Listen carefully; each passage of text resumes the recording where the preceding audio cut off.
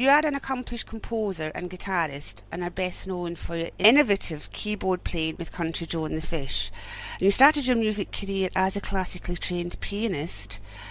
What led you to make the transition to blues rock, and do you think your classical background has helped define the unique musical style you have today? Well, I'm not really a classically trained pianist. I studied classical piano when I was a kid. I was basically forced to take piano lessons, and I didn't like it. When I was about 12, I discovered the guitar, and that was like a love affair. So I was mostly playing guitar. Then with Country Joe and the Fish, I played the only music that I was really interested in on the piano was boogie woogie piano, and I was very fortunate because I lived in New York. And I had access to lots and lots of records. And plus, I was also fortunate because my family had a TV when I was young. And I was able to see Mead Lux Lewis on TV and change my life. You've also produced a couple of DVDs and CDs. And I believe you are teaching piano now? Actually, I've been teaching ever since I really started playing. But I have several books and CDs and DVDs on how to play blues piano. And then I have my own CDs. I have two with me. I have Cooking with Cohen, and I have In the Pocket. Cooking with Cohen isn't a cookery book. It is all about music. Oh yeah, it's not instructional. It's just a DVD. It's a CD. It's a music CD. Hey Roy, I'd like to introduce you to Trish. Hi Trish. Hi Roy. You were the drummer and the heartbeat of the Blues Project, who are most remembered as one of the earliest practitioners of psychedelic rock, as well as one of the world's first jam bands. Now their mixture of R&B, blues, jazz, folk and rock and roll had a huge influence on generations of other musicians. What drew you to that particular style, and what do you think made them into one of the major cult bands of the 60s? The band, the Blues Project, was made up of 5 different players who all had different genres that they were sort of really interested in. Al Cooper was doing Tin Pan Alley, the pop music, early on, before any of us were. Danny Cowell was a folk blues picker, studied with Dave Van Ronk, and actually was on a compilation album called The Blues Project. Steve Katz was a drug band kind of picker as well, was in the Even Dozen drug band. And Andy Kohlberg was classically trained, so he brought that to the table. And I was very interested in African music and jazz and Indian drumming. So you put all that together and you got a fantastic mishmash of wonderful music. Yeah, so you all had pretty diverse skills. Yeah. Well, so we were once quoted as being called the Jewish Beatles, actually. Really? Yeah. It may have been because I think it was that because when Rubber Soul came out, I believe the photograph on Rubber Soul was done with a very wide-angle lens, kind of looking up at the Beatles. The guy who photographed the Blues Project for people are inhaling around me, I guess, was a guy named Jim Marshall, who was a fantastic photographer in the Bay Area, and he photographed a lot of people. And he used a wide-angle lens in front of the House of Psychedelics on the album cover called Projections. And so I suppose maybe somebody kind of picked that up and kind of named that for a review. Anyway, are you still there? Yes, I'm still here. Yeah, I'm listening intently to what you're saying. Would you like to speak with Bruce? Yes, that would be great. Thank you. Well, no, Bruce. Okay, I'm going to try to find Bruce. He's climbing out of a small cave. Greg. Here she is. Nice speaking with you. Here's Greg. Hi, Trish. It's Greg again. Now, Greg, as lead guitarist, you performed on Greg Kinn's single Jeopardy in 1983 and toured and recorded with Van Morrison, Dwayne Eddy, Link Ray, Hot Tuna, Right. and Steve many Crosby. others. And in That's all addition, correct. you co-wrote and played on the Steve Miller Band hit Jungle Love. That was Right. in 1977. Now, you were asked to join the band after Steve had difficulty duplicating the riff to the song in the studio. Tell me the story behind that. This is a great story. I had become friends with Lonnie Turner, who was Steve's bass player, and Fly Like an Eagle had just come out. He had some words sitting around from when he was with Dave Mason that Dave Mason didn't want. I had some music sitting around from when I was with Hot Tuna that Hot Tuna didn't want. We put them together. It became Jungle Love.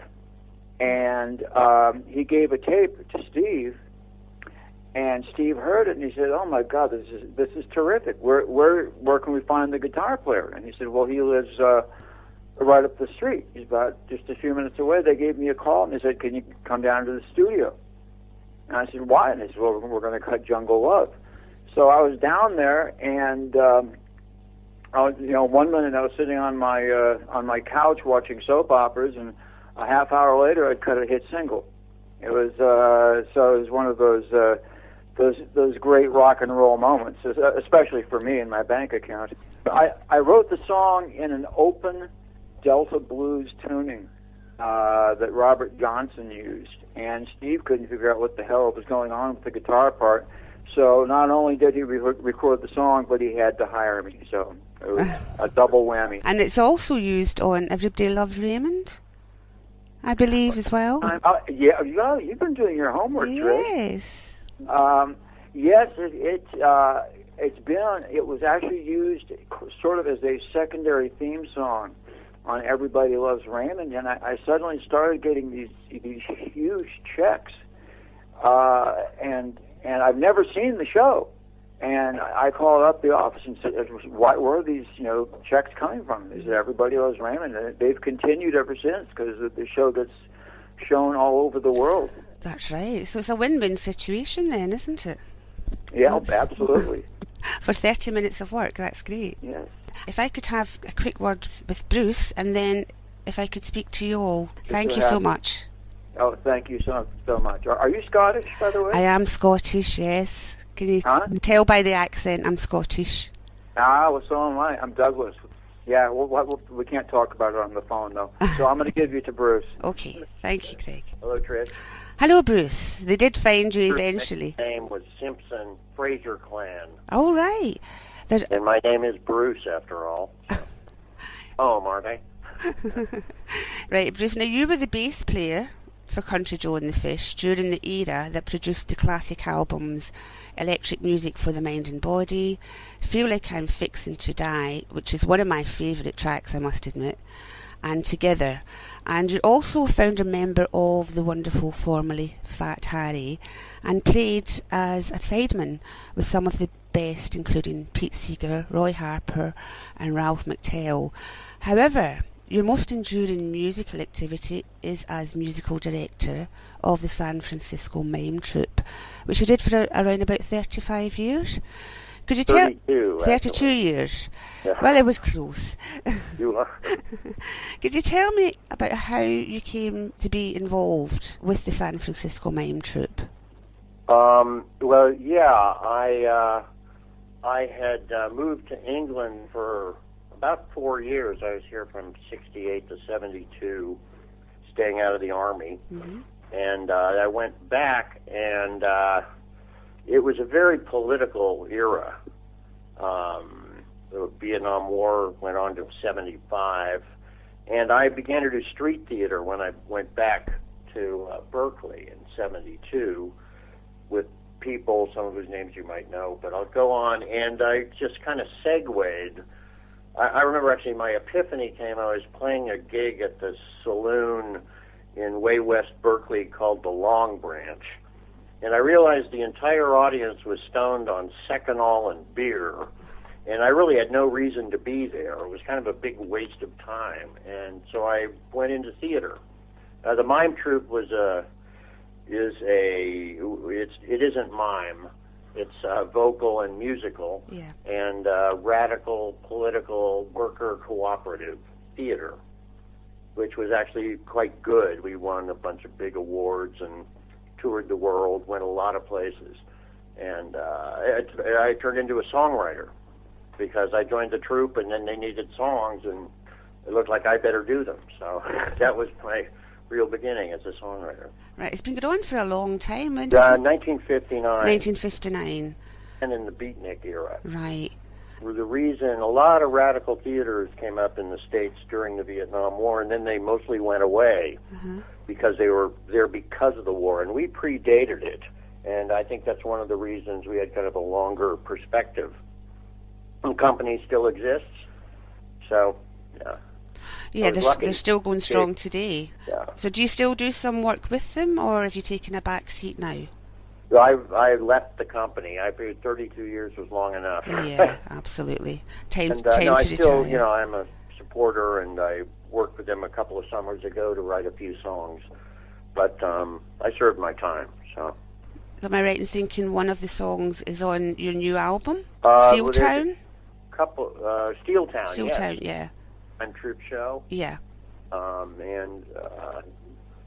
It's it was written, well, kind of obviously about deindustrialization. And last time we were here in October here in the UK, we played Sheffield and Leeds and all industrial towns, ports, just like the Upper Midwest. Yeah. All shut down.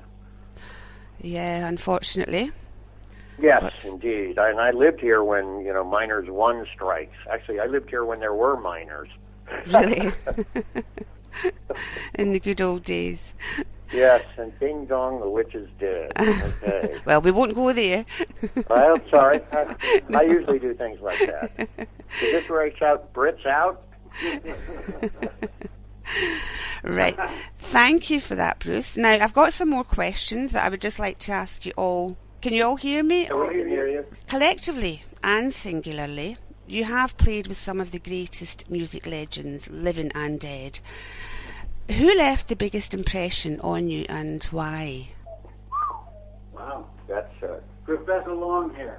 This is David. This is Greg. Okay. 3 people. I would be a psychologist right now if it wasn't for 3 things. I heard Dick Dale playing Miserlou, which got me to play the guitar. And when I was 17 years old, I went to the Fillmore Auditorium, and I saw the Yardbirds when they had Jeff Beck and Jimmy Page on guitar. Wow. Country Joe and the Fish opening. But I saw those 2 play guitar together, and I said, well, goodbye school. And that was it. That hooked me into being a musician for life. Well, this is Bruce. I've got to say in some ways Pete Seeger. Pete Seeger. And I would also say there's an American satirical songwriter, I don't know if you know him in England, named Tom Lehrer.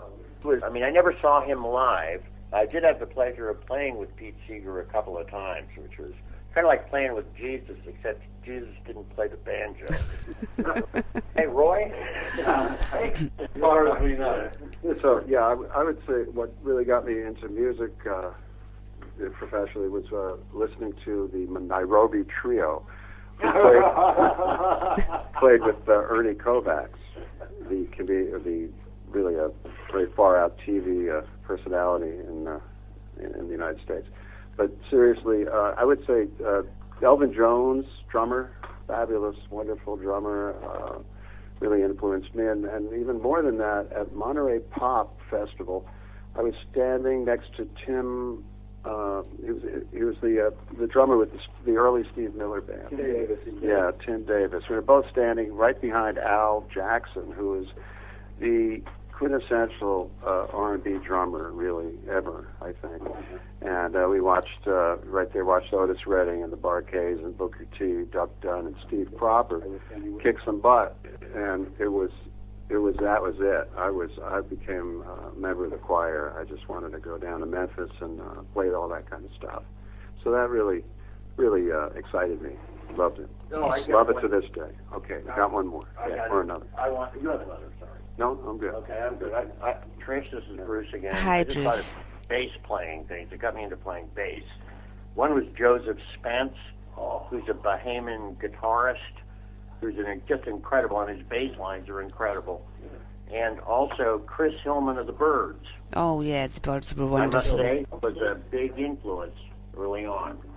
So, okay. Is there anyone that you haven't played with or recorded with that you really would like to do so? Who would you want to play with that we haven't? Oh. Yeah. Wow. Is it a paid gig? No, we would. Well, either or. Just someone that you would love to play or record with that you haven't yet done so. Okay, this is Trish. This is Greg, Hi, Greg. and I have an easy answer for that one. And I think my dream collaboration would be Lindsey Buckingham, Fleetwood Mac, because we have very similar picking styles and we have very similar songwriting sensibilities. And I've met him, and he's a nice fellow. Of course, you know, that would probably all change after he spent about an hour with me. But that would be my dream collaboration. That's a good choice. It would be a treat to do some jamming with Tommy Emmanuel. I think I could enjoy that among quite a few other artists. But that was Roy, by the way. Yes. That was Roy. This is David. I'd like to play with Eric Clapton. This is Bruce. I'd like to play with Willie Nelson. There you go. Yes. Oh yeah, yes. I'd add one more.